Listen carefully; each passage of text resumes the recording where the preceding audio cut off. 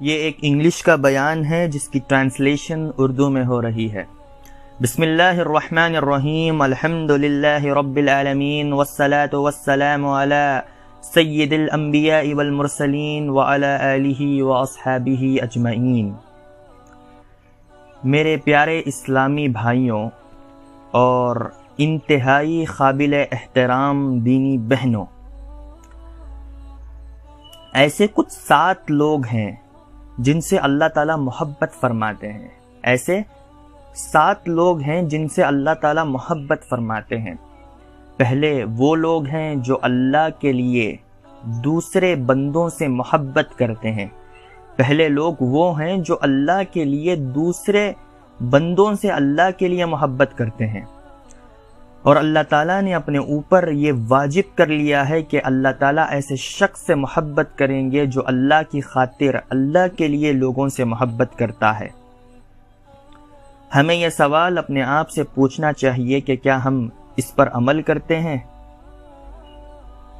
کیا آپ کو اس کی فضیلت معلوم ہے؟ ایک دوسرے سے اللہ کے لیے محبت کرنے کی فضیلت کیا آپ کو معلوم ہے؟ اللہ اکبر۔ حضرت عمر بن خطاب رضی اللہ تعالی عنہ سے روایت ہے کہ نبی کریم صلی اللہ علیہ وسلم نے فرمایا کہ قیامت کے دن کچھ ایسے لوگ ہوں گے جن پر انبیاء اور شہداء رشک کریں گے۔ قیامت کے دن کچھ ایسے لوگ ہوں گے جن پر انبیاء اور شہداء رشک کریں گے۔ صحابہ نے عرض کیا کہ یا رسول اللہ صلی اللہ علیہ وسلم، وہ کون لوگ ہوں گے؟ کیا وہ آپ کی امت میں سے ہوں گے؟ اگر آپ کی امت میں سے ہوں گے تو وہ کون لوگ ہیں جن پر انبیاء اور شہداء رشک کریں گے؟ تو آپ صلی اللہ علیہ وسلم نے فرمایا کہ وہ لوگ ہوں گے جو کسی مالی لین دین کے بغیر، بنا کسی تعلق سے، بنا کسی مقصد سے ایک دوسرے سے محبت کرتے تھے، ایک دوسرے سے محبت کرتے تھے، ایک دوسرے سے محبت کرتے تھے، اللہ کے لیے ایک دوسرے سے محبت کرتے ہیں۔ یہ ایک طویل حدیث ہے، اسپیکر نے بہت مختصر بتایا ہے، لیکن میں اس کو طویل انداز میں ہی بتانا چاہتا ہوں کیونکہ یہ حدیث دل کو سکون دینے والی حدیث ہے۔ تو جب آپ صلی اللہ علیہ وسلم نے فرمایا کہ ایسے لوگوں پر انبیاء اور شہداء رشک کریں گے تو صحابہ بہت حیران ہوئے، اور پھر فرمایا کہ قسم ہے خدا کی کہ وہ لوگوں کو اللہ تعالیٰ ایسا مقام دیں گے، کہ ایسے لوگوں کو اللہ تعالیٰ ایسا مقام عطا کریں گے کہ ان کے چہرے قیامت کے دن نورانی ہوں گے، ان کے چہرے قیامت کے دن نورانی ہوں گے، سر سے لے کر پیر تک وہ نور ہی نور ہوں گے۔ اور پھر فرمایا کہ وہ صرف نور نہیں ہوں گے بلکہ وہ نور کے ممبروں پر ہوں گے۔ ایسے لوگ نور کے ممبروں پر ہوں گے۔ اللہ اکبر۔ قیامت کے دن جب سب لوگ خوف میں ہوں گے کہ میرا کیا بنے گا، میرا کیا ہوگا، میرا حساب و کتاب کیا ہوگا، جب ایسے خوف میں سب لوگ مبتلا ہوں گے تو اس وقت ایسے لوگ جو اللہ کے لیے محبت فرماتے تھے، ایسے لوگ اس وقت ان کے دلوں میں خوف نہیں ہوگا، اللہ تعالیٰ ان کے دلوں سے خوف کو منتقل کر دیں گے، وہ چین اور سکون سے ہوں گے اس وقت۔ اور پھر فرمایا کہ جب سب لوگ مبتلا غم ہوں گے، جب سب لوگ غم میں ہوں گے تو اس وقت ایسے لوگ جو اللہ کے لیے محبت کرتے تھے، ایسے لوگ اس وقت غم میں نہیں ہوں گے بلکہ سکون سے رہیں گے، وہ بے غم ہوں گے اس وقت۔ اور ایسے لوگوں پر انبیاء اور شہداء رشک کریں گے۔ اللہ اکبر۔ انبیاء اور شہداء کا مقام کیا کہہ سکتے ہیں؟ صرف اور صرف اللہ تعالیٰ انبیاء اور شہداء کا مقام جانتے ہیں۔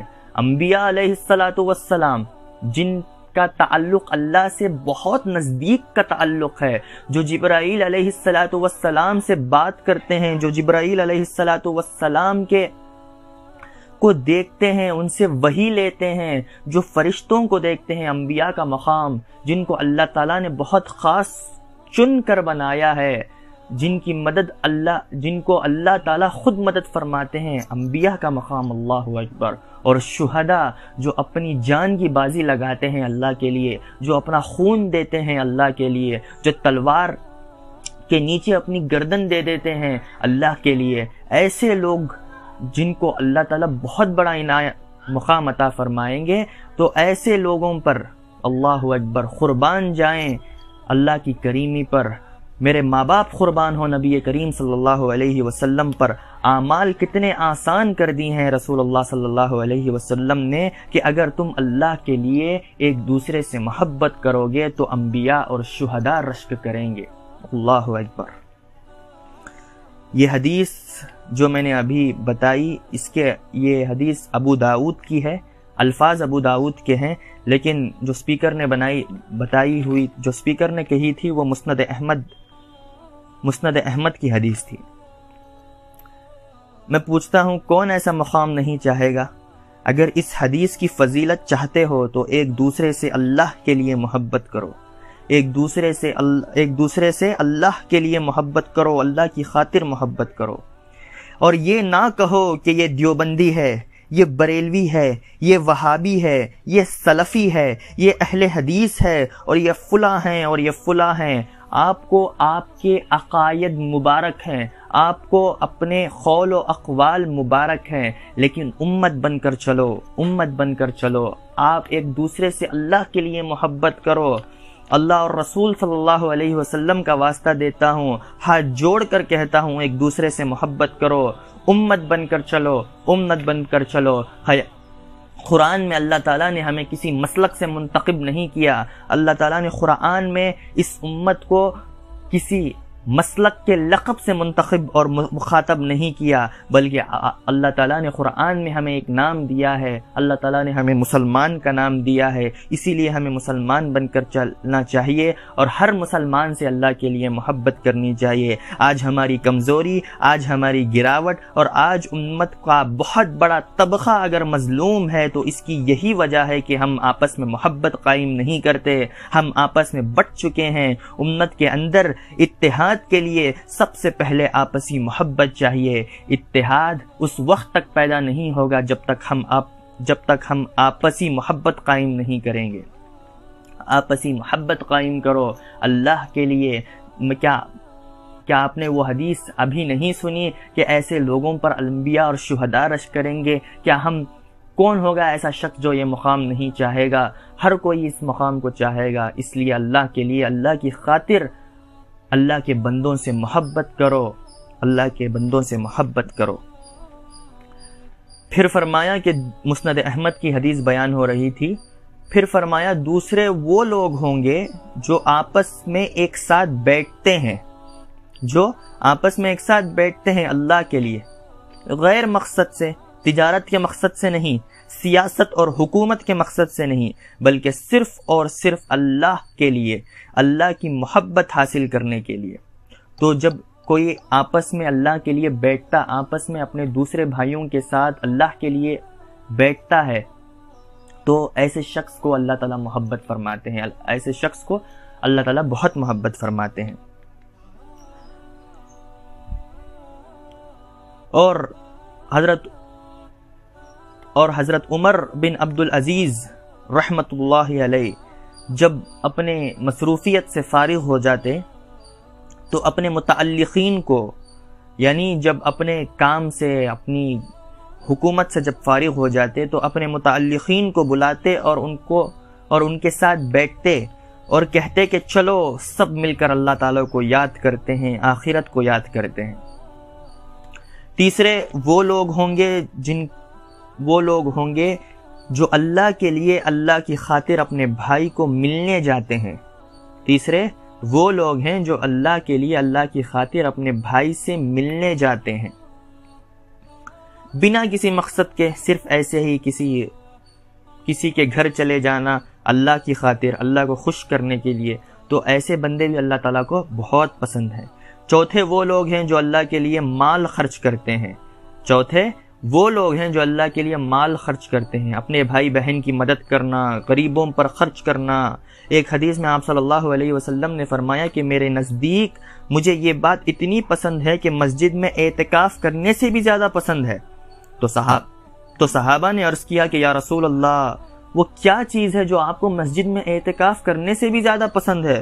تو آپ صلی اللہ علیہ وسلم نے فرمایا کہ فرمایا کہ وہ چیز یہ ہے کہ میں اپنے بھائی کو مدد کروں، کسی محتاج کی مدد کروں، یہ چیز مجھے مسجد میں اعتکاف کرنے سے بھی زیادہ پسند ہے۔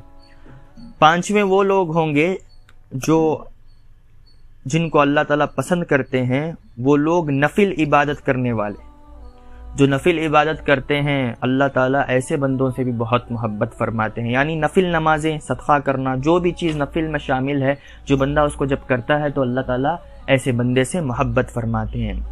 چھٹے وہ لوگ ہیں جو استغفار کرنے والے، چھٹے وہ لوگ ہیں جو استغفار کرتے ہیں، ہمیشہ چلتے پھرتے استغفار کرنا، بکثرت سے استغفار کرنا، کیونکہ اللہ تعالیٰ قرآن میں فرماتے ہیں ان اللہ یحب التوابین، یعنی اللہ استغفار کرنے والوں کو بہت پسند کرتے ہیں، اللہ تعالیٰ استغفار کرنے والوں سے بہت محبت فرماتے ہیں۔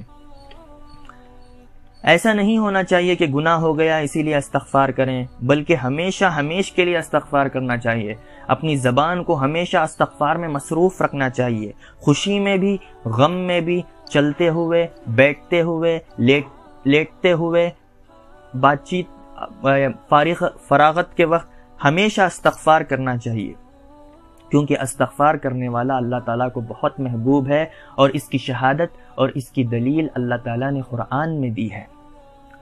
آخری اور ساتویں لوگ وہ ہوں گے جو دوسروں کو نفع پہنچاتے ہیں۔ ساتویں وہ لوگ ہوں گے جو دوسروں کو نفع پہنچاتے ہیں، یعنی کسی کی مدد کر دینا یا کسی کا کام آسان کر دینا، یہ نفع پہنچانا ہے۔ اگر کوئی چاہے کہ اللہ مجھ سے محبت کرے تو وہ اپنے مسلمان بھائیوں کو، یعنی سب کو نفع پہنچانے کی کوشش کرے، مخلوق کو نفع پہنچانے کی کوشش کرے۔ آپ صلی اللہ علیہ وسلم نے فرمایا کہ اگر تم چاہتے ہو کہ اللہ تم سے محبت کرے تو سب کو نفع پہنچاؤ، ان کا کام آسان کرو یا پھر ان کی مدد کرو۔ یہ 7 ایسے صفات ہیں، اگر کوئی بندہ اس کو اختیار کر لے تو اللہ تعالیٰ اس سے محبت کرتے ہیں۔